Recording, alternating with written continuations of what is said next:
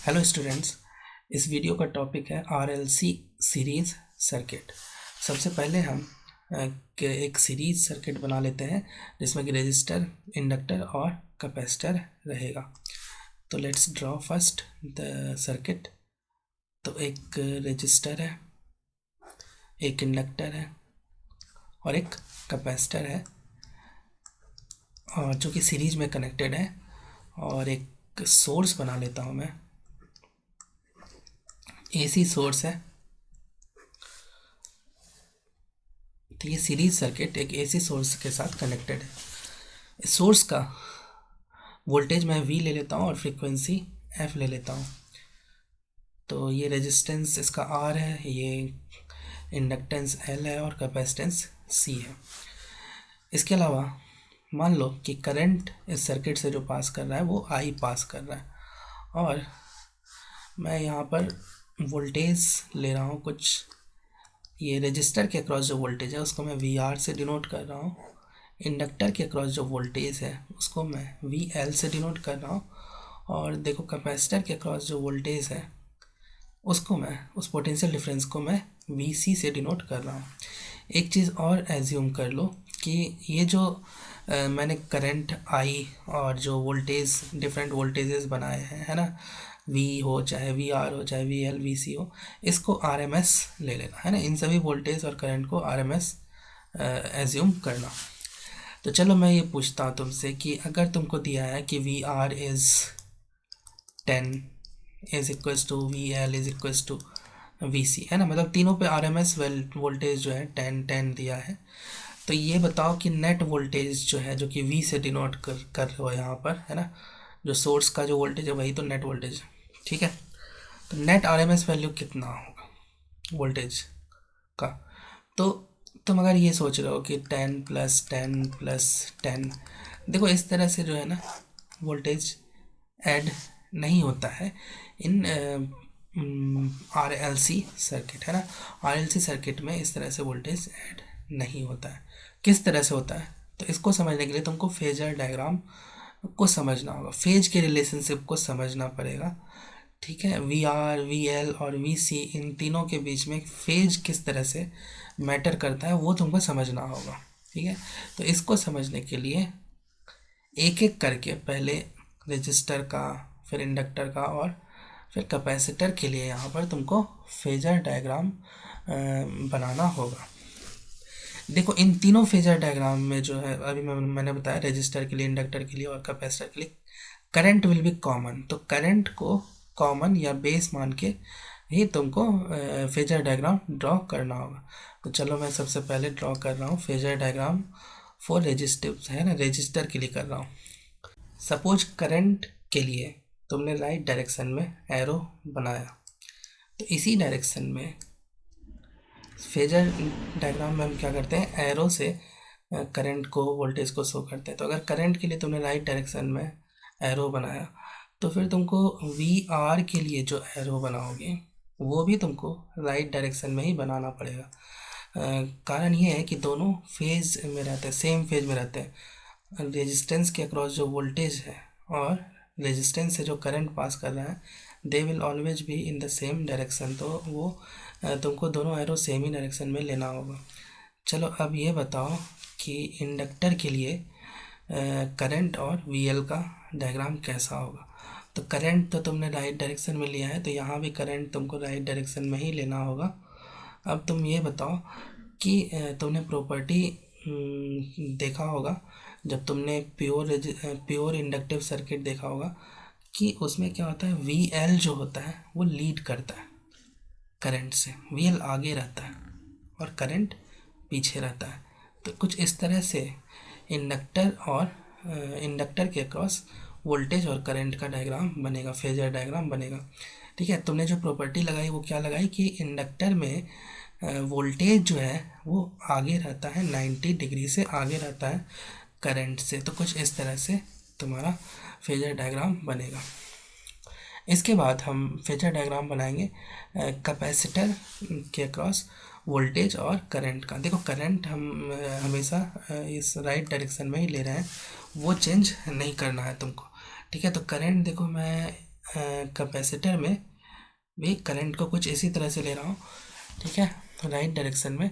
अब ये बताओ, कैपेसिटर में तुमने प्रॉपर्टी पढ़ी होगी, कैपेसिटर में जो वोल्टेज रहता है वो पीछे चलता है, तो कैपेसिटर का वोल्टेज पीछे रहता है, तो वी सी तुमको इस तरह से दिखाना होगा, 90 डिग्री पीछे चलता है करंट से। मतलब कैपेसिटर में करंट आगे रहता है, जो तुम देख रहे हो यहाँ पर, है ना, करंट आगे है और वोल्टेज अक्रॉस कैपेसिटर पीछे है। इंडक्टर में ठीक इसका उल्टा होता है, इंडक्टर में वोल्टेज आगे रहता है और करंट पीछे रहता है। बस अब इन तीनों को तुम ऐड कर दो, ये तीनों डायग्राम को जो है ना कंबाइन कर दो। तो कंबाइन करके कैसे करोगे, तो तुम राइट डायरेक्शन में सबसे पहले करंट का बनाओ, ठीक है, करंट का इसी डायरेक्शन में तुम्हारा वी एल है, सॉरी वी आर है, ठीक है, इसी डायरेक्शन में वी आर है करंट के डायरेक्शन में। उसके बाद वी एल जो है अपवर्ड है, तो वी एल को अपवर्ड बना दो, दिस इज़ वी एल, और नीचे वी सी ले लो, ठीक है। इन सब के मैग्नीट्यूड के ऊपर लेंथ ऑफ एरो डिपेंड करेगा, वी एल का लेंथ, वी सी का लेंथ, वी आर का लेंथ, मैग्नीट्यूड कितना है इन सब का, उसके ऊपर लेंथ डिपेंड करेगा। तो अगर तुम यहाँ पर अच्छा ये एंगल कितना होगा 90, और ये एंगल भी कितना होगा 90 डिग्री होगा, ठीक है। तो यहाँ देखो क्लियरली एक बहुत इंपॉर्टेंट पॉइंट पता चलता है कि देखो वी एल और वी सी जो है they are in opposite phase. अच्छा यहाँ से इस डायग्राम में आई को हटा लो, क्योंकि हमें जो कंपेयर करना है वी आर वी एल और वी सी को कंपेयर करना है ना, उन सब में क्या रिलेशन है, वोल्टेजेस के बीच में रिलेशन क्या है। तो आई तो मैंने बस यूज किया था ड्रॉ करने के लिए, बस अब उसका काम हो गया, इसलिए मैंने उसको डिलीट कर दिया। अब हम यहाँ जो इम्पोर्टेंट चीज़ तुमको देखने को मिल रहा है, वी एल और वी सी क्या है, ऑपोजिट फेज में है। इसका मतलब समझ रहे हो, दोनों एरो अपोजिट डायरेक्शन में है, ठीक है। इसका मतलब ये हुआ कि अगर वी एल पॉजिटिव होगा तो वी सी तुम्हारा नेगेटिव होगा, इस तरह से तुमको करना पड़ेगा, ठीक है। वोल्टेजेस दोनों जो होंगे अपोजिट फेज में होने का ये मतलब है कि वी एल अगर तुम्हारा पॉजिटिव होगा और तो वी सी तुम्हारा नेगेटिव होगा। देखो मैं कुछ ना वैल्यूज़ दे देता हूँ, ठीक है। वी एल की वैल्यू सपोज 60 ले लो, ठीक है, this is 60 volt. We C की कुछ वैल्यू ले लो, वी सी की वैल्यू 20 वोल्ट ले लो, और वी आर की वैल्यू ले लो 30 वोल्ट, ठीक है। अब इन तीनों को सपोज ऐड करना है, ठीक है।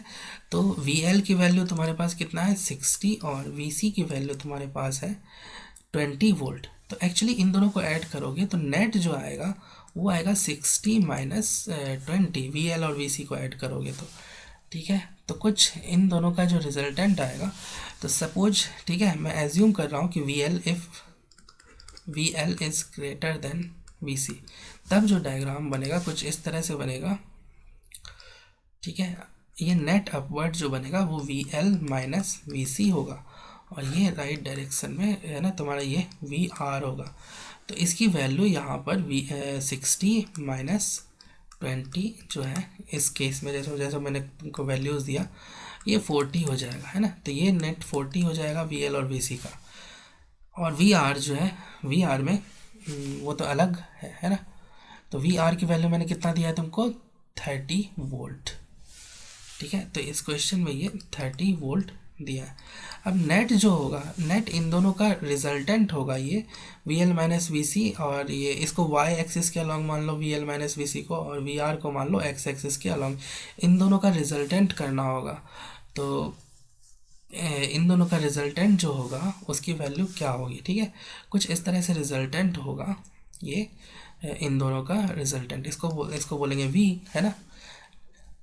इन टोटल सब देखो वी आर और वी एल माइनस वी सी सबको ऐड कर दोगे तो जो वोल्टेज सोर्स का जो वोल्टेज है जो तुमने वी लिया है वही मिलेगा। तो वी की वैल्यू कितना होगा सिंपली, तो कैसे बनाओगे, है ना, तो under root of result magnitude निकालोगे, कैसे निकालोगे, इन दोनों को एरो को ऐड करना है, ठीक है। तो इसकी वैल्यू जो होगी वो होगी तुम्हारी V L minus V C का square plus V R square. यहाँ पर वी आर और V L minus V C का जो एडिशन हुआ है एकदम वेक्टर के तरह हुआ है। जैसे मान लो कि तुम्हारे पास कोई वेक्टर है एक्स आई कैप और वाई जे कैप। तो फिर तुम मैग्नीट्यूड कितना बताते हो, मैग्नीट्यूड बताते हो ना under root X square plus Y square. उसी तरह से वी आर को एक वेक्टर की तरह ट्रीट कर लो, although they are not vector, लेकिन यहाँ ट्रीट उसी तरह से करना है तुमको। वी आर को एक्स टाइप से ले लो और V L minus V C को वाई टाइप से ले लो। तो मैग्नीट्यूड जो होगा वो कितना होगा, सिंपली निकालोगे अंडर रूट इस तरह से निकालोगे V L minus V C का square plus V R square. अब देखो जो मैंने तुमको वैल्यूज़ दिया है उसको यहाँ पर रख दो, ठीक है। तो वैल्यूज़ मैंने तुमको दिया है, देखो वी एल की वैल्यू, ठीक है, वी एल जो है तुम्हारे पास 60 है और वी सी तुम्हारे पास 20 है। तो इस केस में देखो नेट वोल्टेज कितना आएगा, और वी आर की जगह मैंने तुमको दिया है 30।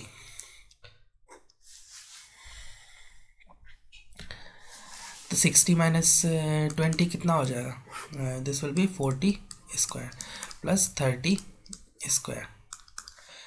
तो ये आ जाएगा तुम्हारा 1600 प्लस 900, और ये हो जाएगा तुम्हारा अंडर रूट 2500, और ये तुम्हारा आ जाएगा अंडर रूट लोगे तो 50 वोल्ट।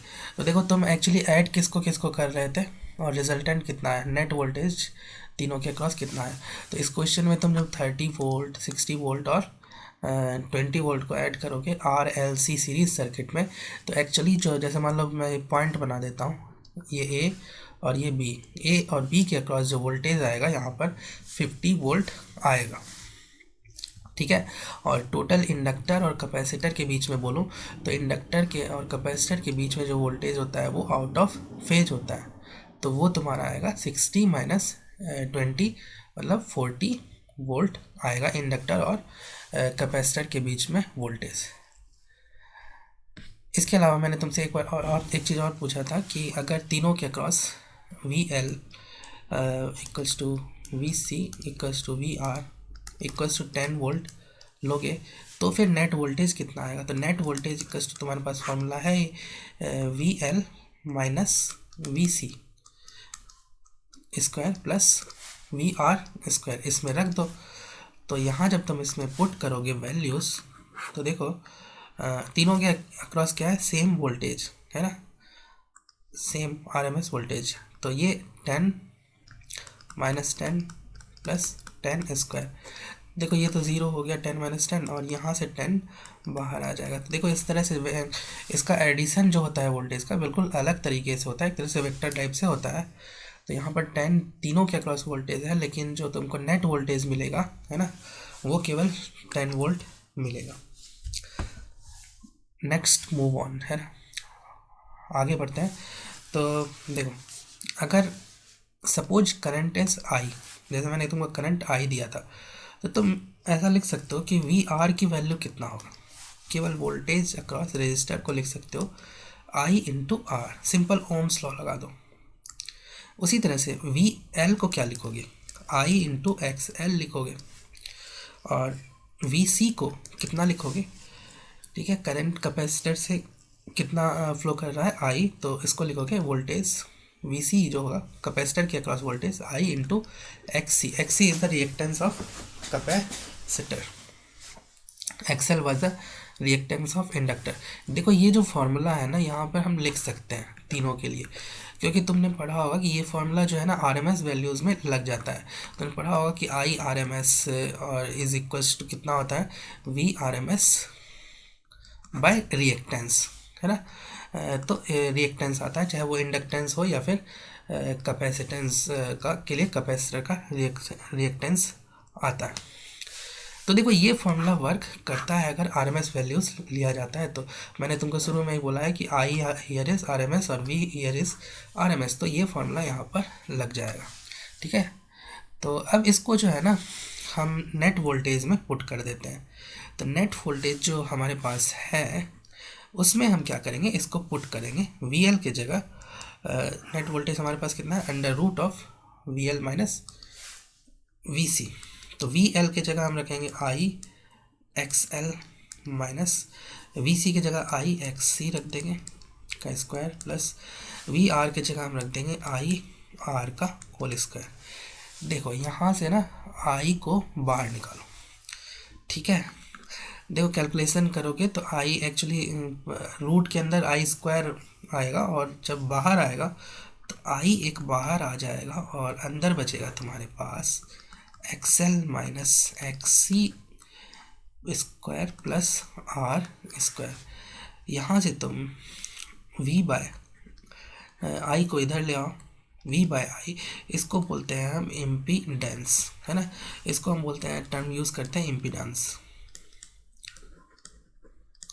ठीक है, मतलब रेजिस्टेंस ऑफर्ड बाय कंप्लीट, मतलब इन तीनों को मिला के, कैपेसिटर, इंडक्टर और रेजिस्टर मिला के जो रेजिस्टेंस ऑफर करता है एसी सर्किट में, वो होता है इम्पीडेंस। इसकी वैल्यू जो होती है वो होता है तुम्हारे पास under root X L minus X C square plus R square.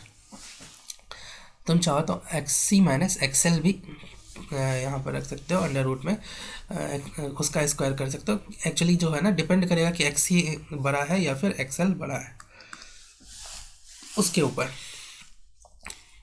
उसके बाद देखो एक्सएल को तुम ओमेगा एल भी रख सकते हो।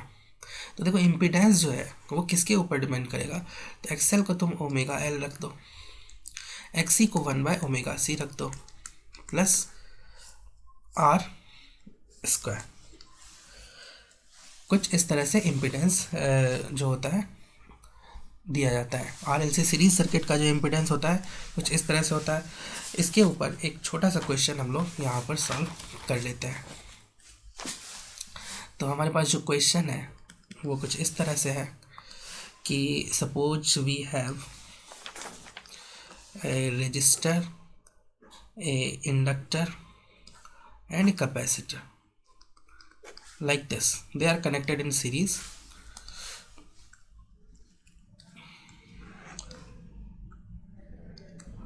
Across a source like this.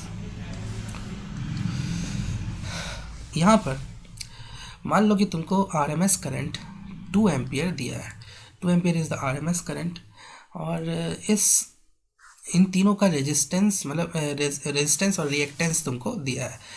Reactance की वैल्यू फ्रीक्वेंसी के ऊपर डिपेंड करता है। तो मान लो कि फ्रीक्वेंसी कुछ इस तरह से एडजस्ट है कि रिएक्टेंस जो है ये 10 ओम का रिएक्टेंस है इसका, इंडक्टर का, और मतलब ओमेगा एल को कैलकुलेट करने के बाद 10 आ रहा है। उसी तरह से 1/ओमेगा सी को कैलकुलेट करने के बाद यहाँ पर कैपेसिटर का जो रिएक्टेंस आ रहा है वो 4 ओम आ रहा है, और यहाँ पर रेजिस्टेंस जो है उसकी वैल्यू मान लो कि 8 ओम दिया गया है, और आरएमएस करंट जो दिया गया है वो 2 एम्पियर दिया गया है। देखो तुमको जो चीज़ बताना है, ठीक है, जो चीज़ तुमसे पूछा जा रहा है वो चीज़ है कि तुम ये बताओ कि सपोज नेट वोल्टेज कितना होगा। ये जो वोल्टेज होगा ना और ये फ्रीक्वेंसी है ना, तुमको बताना कि वोल्टेज की वैल्यू यहाँ पर क्या होगा। मतलब कहो कि इन तीनों के अक्रॉस वोल्टेज, जैसे मैं इस पॉइंट को ए बोलता हूँ, इस पॉइंट को बी बोलता हूँ, तो तुमको बताना है वी ए बी की वैल्यू कितनी होगी इस सर्किट में। ठीक है, इसको देखो 2 मेथड से हम सॉल्व कर सकते हैं। पहला मेथड ये है कि तुम इम्पीडेंस निकालो, है ना, इम्पीडेंस निकाल लो।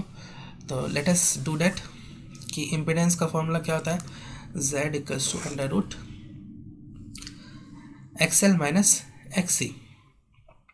ठीक है, एक्सएल की जगह कितना लोगे 10 माइनस एक्सी कितना लोगे 4 का स्क्वायर प्लस आर का स्क्वायर, है ना, आर इज 8 स्क्वायर। तो ये देखो ये आ रहा है तुम्हारा 10 माइनस 4 करोगे 6 स्क्वायर 36 प्लस 8 स्क्वायर 64, और ये ऐड करोगे तो आ जाएगा 100, और अंडर रूट 100 करोगे तो 10 ओम आ जाएगा। तो देखो पहला मेथड तो ये है कि तुम इम्पीडेंस निकाल लो, और उसके बाद ये लगा दो कि V equals to I Z. ठीक है, I इंटू जेड होता है। ठीक है, अभी तुमने निकाला था V बाय आई को लिखा था ना तुमने, V बाय आई को आपने लिखा था इक्वल्स टू जेड, है ना। मैं उसी को यहाँ पर यूज़ कर रहा हूँ, V equals to I Z लगा दो यहाँ पर। तो नेट पोटेंशियल डिफरेंस जो है V इक्वल्स टू आई कितना है 2। यहाँ पर अगर I RMS लोगे तो V RMS तुमको मिलेगा, तो और अगर I पीक लोगे तो V पीक मिलेगा। तो दोनों में ये वर्क कर जाता है। 2 into 10 equals to 20 volt net potential difference आ गया, और यही तुम्हारा होगा वी ए बी के बीच में, मतलब तीनों को मिला दोगे तो उसके अक्रॉस जो पोटेंशियल डिफरेंस आएगा वो आएगा तुम्हारे पास 20 वोल्ट।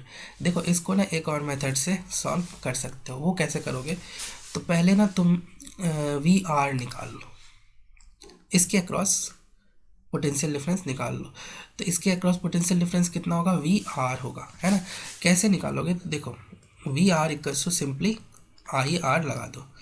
आई कितना है 2 इंटू रेजिस्टेंस कितना है 8 इक्वल्स टू 16 वोल्ट, तो ये आ जाएगा तुम्हारा 16 वोल्ट। उसी तरह से वी एल निकाल लो, तो वो कितना आएगा आई इंटू एक्स एल, तो आई 2 है और एक्स एल तुम्हारा 10 है, तो ये आ जाएगा तुम्हारा 20 वोल्ट। और उसी तरह से एक्स सी जो है, ठीक है, ये कितना हो जाएगा आई इंटू 4, मतलब 2 इंटू 4 8 वोल्ट आ जाएगा।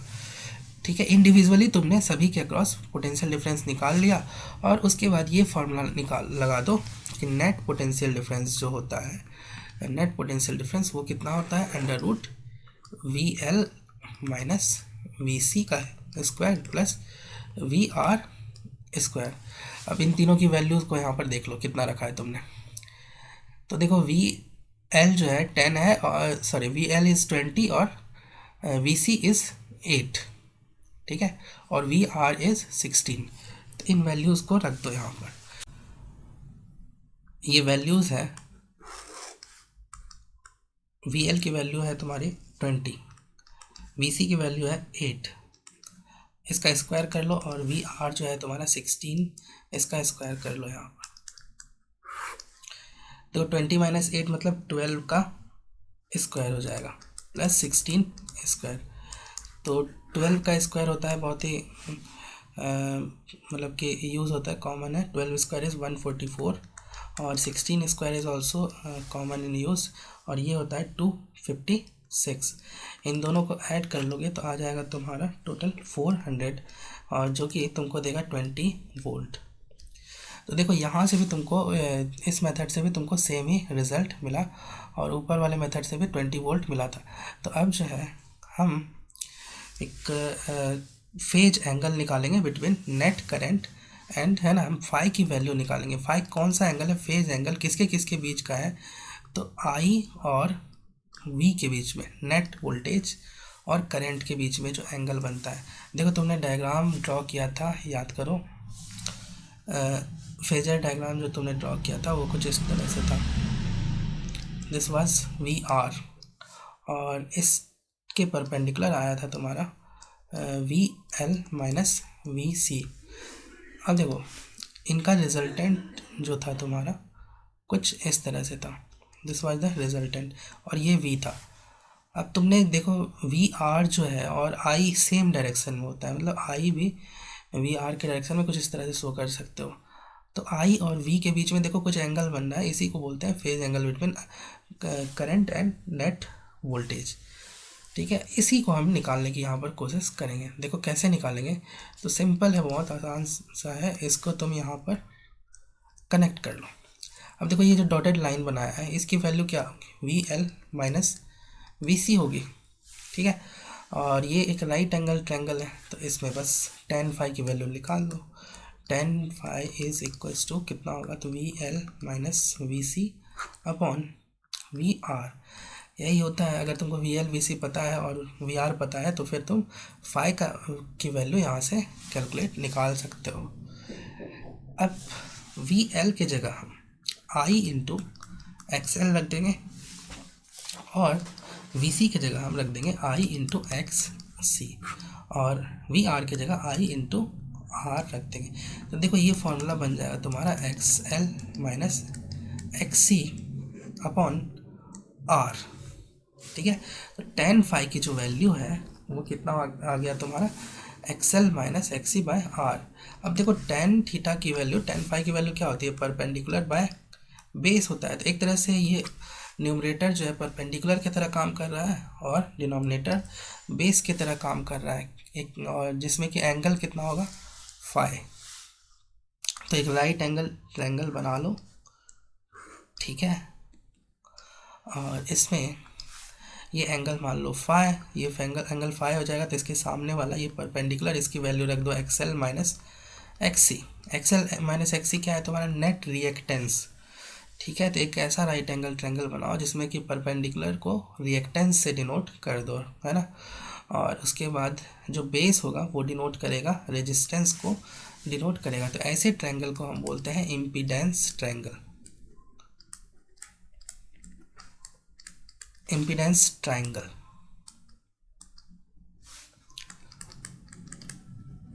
देखो इसका खूब यूज होता है, बहुत ज़्यादा यूज होता है, और न्यूमेरिकल्स बनाने में इसका काफ़ी ज़्यादा यूज़ होता है। तो अब देखो इसमें जो ये हाइपोटेन्यूज होगा वो क्या होगा?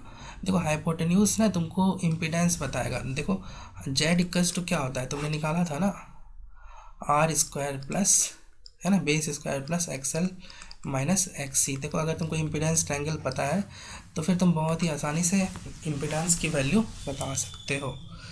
ठीक है, यहीं से एक और इम्पॉर्टेंट चीज़ हम निकाल सकते हैं, कॉस फाई की वैल्यू, है ना।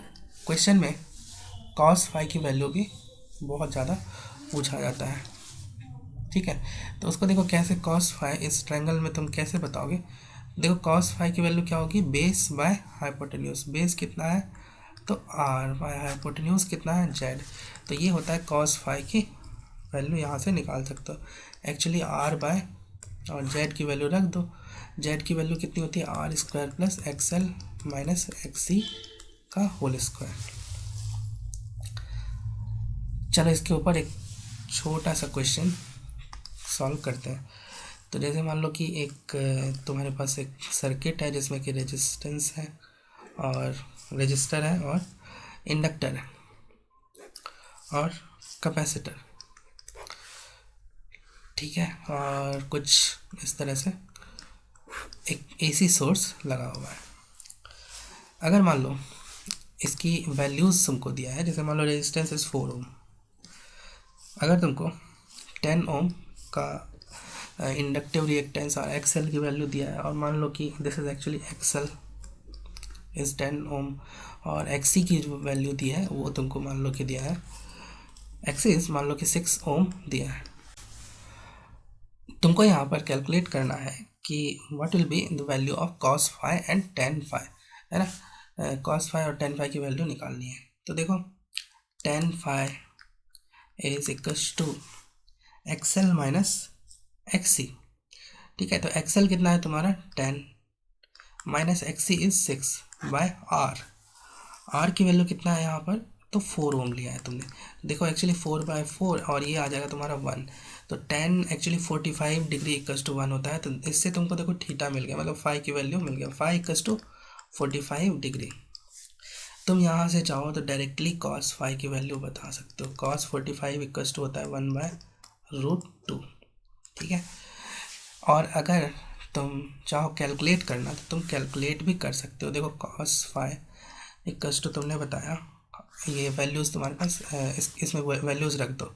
इक्वल्स टू कितना है? आर, आर कितना है? 4/√अंडर R square, 4 square plus XL minus XC का स्क्वायर।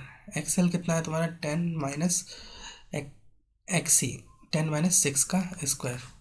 ठीक है, ये 4/√, 4 स्क्वायर 16 हो जाएगा, प्लस 10 माइनस 6 एक्चुअली 4 होता है, तो 4 स्क्वायर इज 16। तो यहाँ से तुम ये 32 हो जाएगा। 32 में 4/32 को 16 इंटू 2 कर लो, तो 16 से 4 बाहर निकल जाएगा और बचेगा तुम्हारे पास 1/√2। तो देखो चाहे तुम डायरेक्टली यहाँ से मतलब फाई की वैल्यू पहले कैलकुलेट कर लो 10 फाई से, और उसके बाद कॉस फाई की वैल्यू निकालो, और या तो डायरेक्टली फार्मूला में रख सकते हो R/Z। अब हम जो टॉपिक देखेंगे वो है रेजोनेंस। एक बहुत स्पेशल टॉपिक होता है RLC सीरीज सर्किट के अंदर, जिसको हम बोलेंगे रेजोनेंस। ठीक है, तो लेट्स सी रेजोनेंस।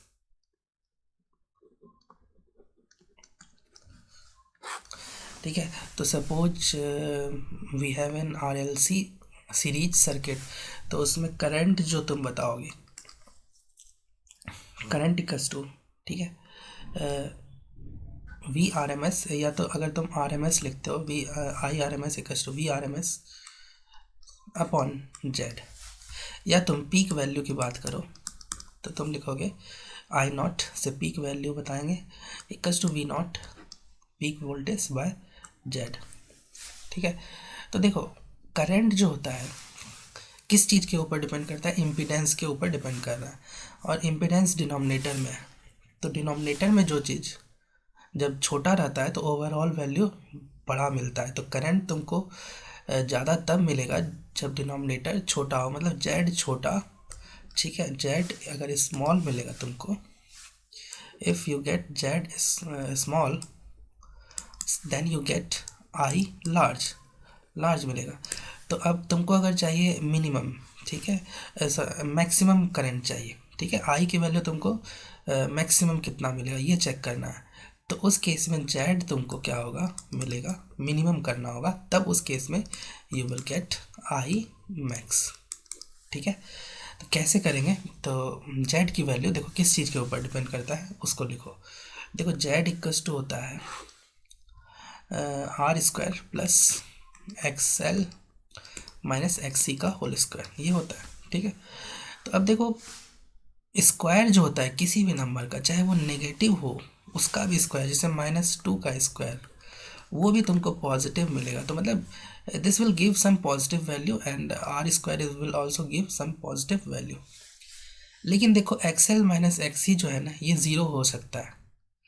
तो स्क्वायर का जो मिनिमम वैल्यू होता है वो ज़ीरो ही होता है। ठीक है, किसी चीज़ का स्क्वायर का होल स्क्वायर का मिनिमम वैल्यू ज़ीरो होता है। तो जेड मिनिमम तुमको कब मिलेगा, you will get when X L minus X C equal, ये अगर इक्वल टू ज़ीरो, ठीक है, वो कब मिलेगा, तो जब तुमको X L is equals to X C मिलेगा। इस केस में जेड मिनिमम की वैल्यू बताओ वो कितना हो जाएगा। तो जब ये ज़ीरो हो जाएगा x L minus X C का स्क्वायर, तो एक्चुअली आर स्क्वायर बचेगा अंडर रूट आर स्क्वायर, तो ये आर मिलेगा। तो मिनिमम इम्पीडेंस जो मिलेगा वो होगा आर, और उस समय जो मैक्सिमम करंट मिलेगा आई मैक्स वो कितना होगा तुमको। ठीक है, तो वी नॉट बाय जेड की जगह रख दो आर, इतना करंट तुमको मिलेगा। और जो कंडीशन ऑफ इसी को हम बोलते हैं रेजोनेंस। जब ऐसा होता है कि maximum current you get from RLC series circuit, तो उस कंडीशन को हम बोलते हैं रेजोनेंस की कंडीशन। तो वो कब होता है, तो जब तुम्हारे पास X L is equals to X C होता है। ठीक है, तो इसको थोड़ा सा एक्सएल को लिख सकते हैं हम omega L is equals to, और एक्सी को लिख सकते हैं 1/ओमेगा सी। ठीक है, तो यहाँ से ओमेगा इक्वल्स टू 1/√LC आ जाएगा तुम्हारे पास। ठीक है, फ्रीक्वेंसी के टर्म में लिखना चाहो तो ओमेगा को लिख दो 2πf, तो f की वैल्यू जो मिलेगी वो होगा 2π इंटू √LC। जेड को हम ग्राफिकली भी प्लॉट कर सकते हैं यहाँ पर देखो, तो और अच्छे से तुमको जेड का बिहेवियर पता चलेगा। Let us first plot Z impedance with frequency. तो इसका ग्राफ जो आता है कुछ इस टाइप का ग्राफ आएगा। ठीक है, तो जेड की एक मिनिमम वैल्यू होती है, और वो अभी तुमने कैलकुलेट किया है, वो ये वैल्यू होगा, और ये कितना होता है आर। ठीक है, और ये एक पार्टिकुलर फ्रीक्वेंसी पर मिलता है। इस फ्रीक्वेंसी को हम डिनोट करेंगे एफ नॉट से, और इसी को हम बोलेंगे, इस फ्रीक्वेंसी को एफ नॉट को हम बोलेंगे दिस इज रेजोनेंस फ्रीक्वेंसी।